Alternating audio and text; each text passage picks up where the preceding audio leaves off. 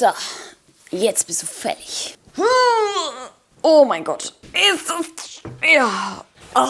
Einfach eine XXL Wassermelone. Es gibt nichts Besseres. Wir öffnen nämlich jetzt dieses Baby und machen gleichzeitig eine kleine Q&A-Runde. Aber als erstes, wie erkennt man eine Wassermelone? Leute, ganz wichtig, dieser große gelbe Spot. Was bedeutet das? Das bedeutet, dass die Wassermelone ganz lange auf der gleichen Stelle gelegen ist und schön lange gereift ist. Dann so Kratzer. Ich weiß nicht, ob man die da so sieht, so wie so Risse. Das war, weiß ich nicht mehr warum, aber war auf jeden Fall auch wichtig. Und dann irgendwas noch mit diesem Popo da. Weiß ich aber auch nicht mehr. Und dann, dass sie hohl klingt. Das sind zumindest die Sachen, nach der ich immer meine Wassermelone bestimme. Also ich glaube, bin dann da wirklich und trommel im Supermarkt auf meinen Melonen rum. Und das wird das Baby jetzt. Und jetzt hoffen wir mal, dass die Wassermelone gut ist. Wisst ihr, ich bin ja ganz ehrlich, wie verstaut man sowas? Weil ich finde, diese Wassermelonen schmecken immer wirklich top. Also die schmecken mit am allerbesten, am allersüßesten, am allercrunchigsten. Ja, wie lagert man das? Ich habe einen Mini-Kühlschrank, da passt das Ding niemals rein. Und in einem Go kann ich das sicher nicht essen. Oh, hört ihr diesen Krach? Und ich habe auf Instagram jetzt mal in meine Story gepackt, dass ihr mich doch gerne mal ein paar Fragen fragen könnt. Und wir beantworten die jetzt zusammen. Oh, ich bin im Himmel. Schaut euch das an. Oh mein Gott. Ich würde sagen, wir starten mit den Fragen rein, aber davor müssen wir jetzt erstmal den ersten Taste-Test machen. Und ich sage euch, ich esse Wassermelone immer nur mit diesem Löffel, den ich mir aus Thailand mitgenommen habe, weil der hat so geile, scharfe Kanten und damit kann man so richtig... Eine kurze ASMR-Runde.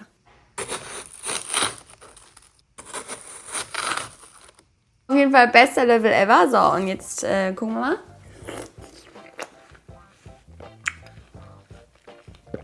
Boah, wir starten rein. Oh, diese Wassermelone ist toll. Frage 1. Was war das Peinlichste, was dir jemals in einer Story oder Kooperation beziehungsweise einfach auf Social Media passiert ist, aber du hast trotzdem durchgezogen? Also, ich muss ganz ehrlich sagen, ich glaube, bei Kooperationen ist mir tatsächlich noch nie irgendwas Komisches passiert. Also, wüsste ich jetzt eigentlich nicht, weil, also ich meine, bei Kunden, da sollte man schon irgendwie professionell handeln. Also, toi, toi, toi, dass das mir nie irgendwie passiert, aber... Auf Social Media? Definitiv. Was letztens ein bisschen der Fail war, ich nehme ja immer meine Videos in TikTok selber auf. Und früher konnte man die sich ja einfach runterspeichern, das geht jetzt nicht mehr. Heißt, man muss die immer erst veröffentlichen, um sie dann runterzuladen und zu schneiden. Ja. Anna war voll in ihrem Film, hat irgendwie nicht richtig drauf geachtet und hat vergessen, das Video auf privat zu stellen, weil ihr sollt ja nicht das ungeschnittene Video sehen. So, und dann bin ich aber aus der TikTok-App raus und plötzlich schreibt mir dann der liebe Nico, beziehungsweise mein Cutter, der hier auch meine schönen Videos schneidet, Anna, du hast ein unveröffentlichtes Video oder ein Video hochgeladen, was nicht geschnitten ist. Und das hatte, glaube ich, schon irgendwie 25.000 Aufrufe oder sowas. Da ist mir wirklich das Herz in die Hose gerutscht. Weil, keine Ahnung, das ist schon irgendwie richtig fail, wenn man so nicht richtig geschnittenes Video sieht und, keine Ahnung, irgendwie voll fail ist. Aber ansonsten, gut, mein Gott, Leute, wenn ich meine früheren Videos jetzt angucke, ich versinke im Boden. Das ist so unfassbar peinlich, was für Videos ich da früher produziert habe. Nee, oh mein Gott, also nee, das könnte ich jetzt heutzutage gar nicht mehr. Aber ne, habe ich so das Gefühl, alles, was so ein bisschen cringe ist, ein bisschen anders ist, schießt halt irgendwie manchmal durch die Decke. Und so war es, glaube ich, damals auch. Mit welchem Ex oder Crush hast du heute noch heimlich Kontakt? Spill it. Die Männer in meinem Leben, das ist immer ein sehr spannendes Thema. Aber alle, mit denen ich damals irgendwie Kontakt hatte, weil jetzt ist leider gerade ein bisschen tote Hose bei mir. Kann man das sagen? Na egal, sagen wir jetzt einfach mal. Also, um ganz ehrlich zu sein, habe ich überhaupt gar keinen Kontakt mehr zu irgendeinem von denen. Bei mir ist dann wirklich so Cut und... Nee. Beziehungsweise es ist halt alles nie so schön auseinandergegangen. Deswegen, ich mache da schon irgendwie so ein bisschen Selbstschutz und ziehe dann Wände hoch, weil es eben halt nicht so geil geendet hat. Und dann brauche ich auch keinen Kontakt mehr zu denen, wenn die so mysteriös sind.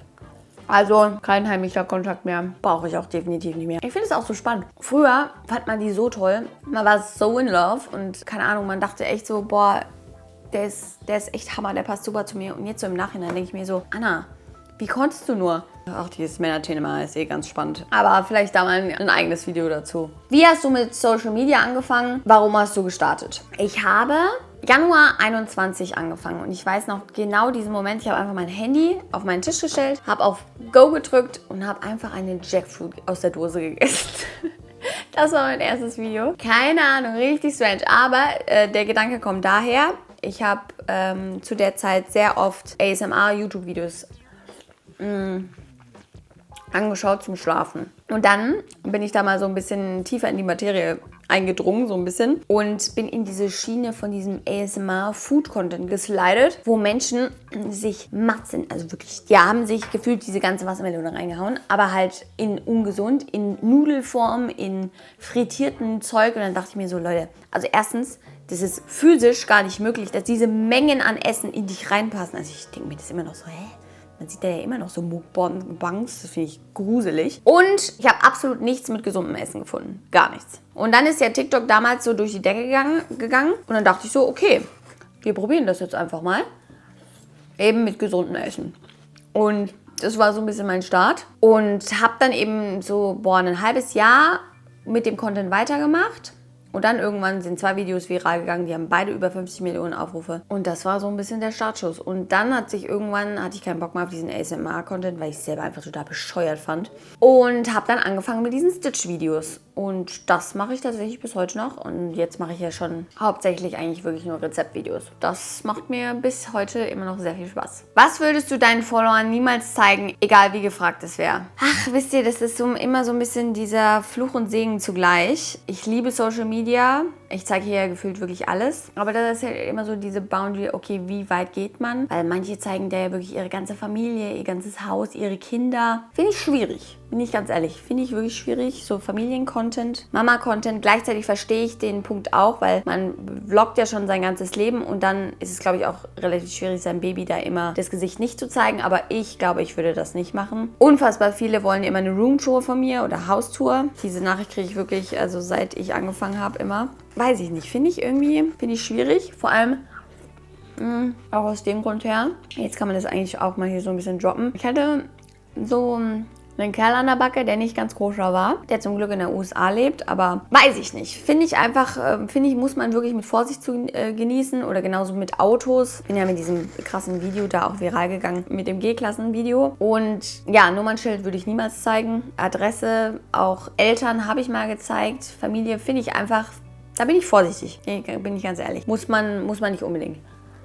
Ich schluck Wassermelonenkerne immer runter und ihr. Meine Mom pult die immer raus, das ist mir viel zu viel Arbeit. Das ist halt so das Ding, das ist bei den kleinen Wassermelonen vielleicht ein Ticken besser, weil da ja keine Kerne drin sind. Aber ich finde die trotzdem geiler. Bist du eher die ghostet oder ghostet wird? Und wann war es das letzte Mal? Leute, ich bin die Schlimmste, was Ghosten angeht. Oh mein Gott, meine WhatsApp-Nachrichten. Ich habe gefühlt 50 Nachrichten, die ich nicht beantwortet habe. Es ist ganz schlimm. Aber bei mir ist halt das Ding, ich habe kein Business-Handy und privates Handy. Und ich bin ja permanent irgendwie am Handy. Und das ist, glaube ich, so ein bisschen das Ding geworden, weil WhatsApp bei mir irgendwie Arbeit geworden ist. Und also meine Freunde wissen alle, ich bin die Schlimmste, was Nachrichten angeht. Und da können wir vielleicht auf die Nachricht auch direkt noch eingehen. Bin ich eher telefonieren, bin ich schreiben, bin ich Sprachnachrichten. Ich liebe Sprachnachrichten. Ich hasse telefonieren. Schreiben finde ich auch voll nervig. Was ich mittlerweile mache, ist immer ins Telefon rein diktieren. Weiß nicht, ob ihr da mitfühlt. Und mittlerweile geht es halt voll gut mit den ganzen KI und AI und keine Ahnung. Aber Sprachnachrichten, that's my game. Und wisst ihr, was ich auch nicht verstehe? Leute sagen auch immer, boah, ich kann meine Stimme nicht hören, das ist so schlimm. Hä? Verstehe ich nicht. Also, wenn ich dann nochmal so in meine Sprachnachrichten reinhöre, finde ich jetzt nicht schlimm. Ich habe voll auch schon mit Freunden schon drüber geredet. Und die dann halt gesagt haben, ja, sie können ihre Stimme nicht hören. Ich so, okay. Pah, das finde ich ja auch eine krasse Frage. Was denken Leute über dich, was du selber komplett anders siehst? Dass ich extrovertiert bin. Das glaube ich schon. Weil ich kriege wirklich oft so die Nachricht, ja, Anna, du gehst doch voll offen mit Leuten um. Ja, schon. Aber mein größter Struggle, mit dem ich echt oft irgendwie zu kämpfen habe, dass ich nicht gut mit Menschen reden kann. Habe ich so das Gefühl. Ja, also würde ich eine Sache in meinem Leben ändern wollen oder an mir ändern wollen, dann würde ich echt sagen, so diese lockeren Gespräche. Ich habe eine Freundin, die kann sofort die geilsten Gespräche mit Leuten aufbauen, mit Jungs vor allem Dingen, ist super locker, ist sofort best friends with everybody. Und ich bin da immer, ich kann schon gut Smalltalken, okay, aber da entwickelt sich dann nie so richtig was draus. Kennt ihr das? Also ich bin dann immer voll nervös und bin dann so, ja, ich muss da jetzt mal mein Wasser holen. und renne immer aus diesen Situationen raus. Und ich glaube, das ist aber noch aus meiner Kindheit geschuldet, weil ich bin in einer sehr großen Familie aufgewachsen. Also ich war so das Nesthäkchen und alle sind viel älter als ich gewesen. Deswegen wurde ich immer so ein bisschen überhört, habe ich so das Gefühl, weil wenn ich dann immer was gesagt habe, dann wurde immer weitergeredet. Mir wurde nie zugehört und deswegen habe ich, glaube ich, so ein bisschen so diesen Shutdown gemacht und habe angefangen, nicht mehr so viel zu reden, weil mir tendenziell niemand zuhört. Und deswegen habe ich auch einen richtig krassen Struggle in großen Gruppen, so wenn jetzt 10 Leute am Tisch sitzen, da dann offen und eine lange Geschichte zu erzählen, ciao, kriege ich sofort so ein ganz beklemmendes Gefühl.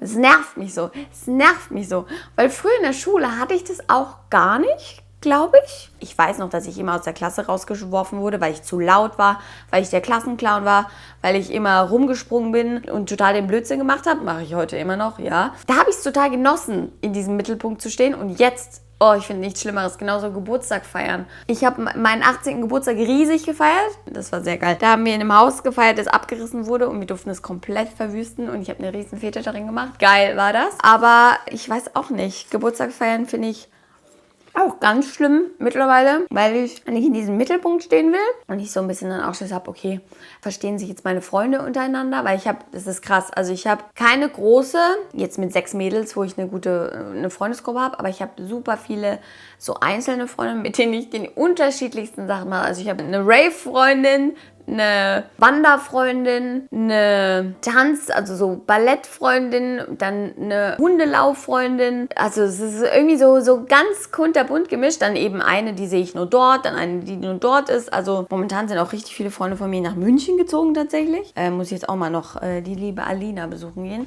Naja, okay, wir sind ein bisschen abgeschiftet, aber genau. Apropos Feiern, gab es schon mal eine Situation, wo du beim Feiern richtig übertrieben hast und es im Nachhinein bereut hast? Nee. Also, erster Punkt, beim Raven bereue ich nie irgendwas. Ich gehe da immer total beflügelt immer nach Hause. Also was ich halt ein bisschen manchmal schockierend fand, als ich da das erste Mal reingegangen bin, wie diese Drogenschiene da doch manche Leute echt krass mitnimmt. Also jetzt zum Beispiel, ich war jetzt beim Hive. Ganz toll, Leute. Ganz, ganz toll. Es ist ein Festival hier in Deutschland, wo nur wirklich Techno und Hardtechno läuft. Und so, wenn ich hier, oder generell, wo ich in allen Clubs war halt okay. Dann kommt dir halt einer entgegen mit riesen Augen und stiert dich halt an. Denn man weiß mal, okay, der ist halt voll auf Drogen. Aber was ich dort das erste Mal gesehen habe, sind Menschen, die nicht mal mehr auf den Beinen stehen können, weil die high werden wollten, aber durch Betäubungsmittel. Heißt, der Körper hat angefangen von unten, weiß nicht, zu betäuben, zu lähmen. Nee, wahrscheinlich dann eher oben, weil seine Beine sind gelaufen, sein Oberkörper hing aber so nach hinten weg, der konnte nicht mehr, also so muss man sich das vorstellen, Beine, Körper nach hinten und 2 Leute mussten ihn von hinten stützen, damit er überhaupt noch laufen kann. Also das war ganz, ganz gruselig, aber mir selber, wie gesagt, ich nehme keine Drogen, ich trinke keinen Alkohol, noch nie in meinem Leben. Also klar, ich habe mit 18 habe ich 3 Jahre lang in der Diskothek gearbeitet und ich glaube, das hat mir auch so ein bisschen den Spaß genommen, weil alle sowas von besoffen da immer waren und ich wollte halt nicht auf den 6 Uhr morgens Zug immer warten und deswegen habe ich gesagt, ich trinke von vornherein keinen Alkohol und fahre immer dann abends direkt danach nach Hause und deswegen und mir schmeckt es einfach nicht oder besser gesagt, ich brauch's einfach nicht. Ich habe genug Energie, um eine ganze Nacht durchzuhalten, weil für mich ist einfach die Musik die Droge, bin ich ganz ehrlich.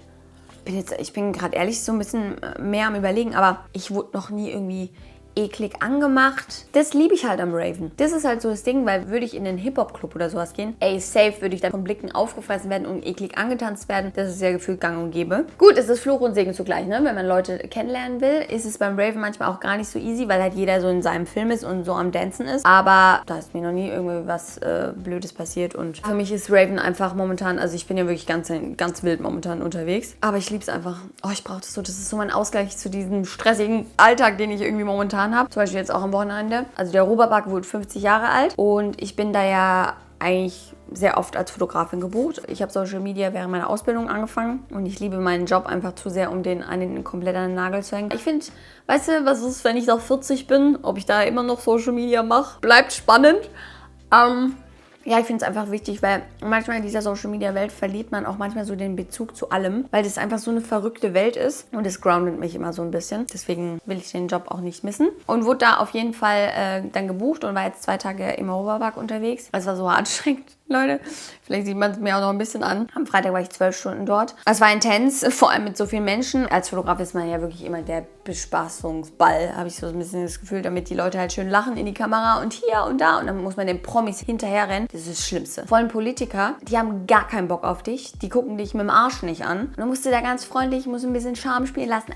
Entschuldigung, kann ich ein Bild von Ihnen bekommen? Die anderen männlichen Fotografen wurden direkt weggescheucht. Und ich habe aber meine Bilder dann schon gut bekommen. Deswegen Social Battery ist komplett durch. Das Krasse war, Leute, da kann ich euch eigentlich mal ein paar Bilder hier noch einblenden. Ich durfte das allererste Mal in meinem Leben Zeppelin fliegen. Also mir war es gar nicht so richtig bewusst. Es gibt nur 6 Zeppeline auf der ganzen Welt. 3 in Deutschland, 3 in den USA. Und die werden in Friedrichshafen am Bodensee einfach hergestellt. Also kommen aus Deutschland und es war eine ganz spannende Erfahrung. Also wirklich, ich dachte, ich bin ja letztens auch Ballon geflogen schon mal. Und ich dachte, es wird so ein bisschen ähnlich sein, auch so ein bisschen schaukelig, aber so ein ruhiger Flug und man ist super schnell in dem Ding und wirklich, wo das auf mich zugeflogen ist, es ist riesig. Also klar, man weiß ja schon, okay, das muss groß sein, aber wenn es vor dir landet, ich bin da echt so, boah, das war so beeindruckend. Okay, jetzt habe ich gar nicht so viel beantwortet. Typisch bei mir. Aber ich würde sagen, wir machen Schicht im Schacht. Weil es sind jetzt auch gar nicht so viele Nachrichten, weil ich habe das vor einer Stunde gepostet in meiner Story. Ich glaube, alle sind gefühlt gerade am Arbeiten, weil es ist gerade Montag um 11. Aber schreibt doch mal sehr gerne in die Kommentare, ob ihr noch irgendwelche Fragen habt. Dann können wir das ja mal in der zweiten Runde hier beantworten. Naja, was ich gerade noch sagen wollte, beste Kombination. Ich hatte leider keine da. Wassermelone mit Limettenjuice, Saft. Oh, Leute, beste. Bitte macht's mal für mich. So wie dazu. Und jetzt würde ich sagen, wir machen Feierabend. Wir sehen uns im nächsten Video. So, und wie verstaue ich das jetzt in meinen Kühlschrank?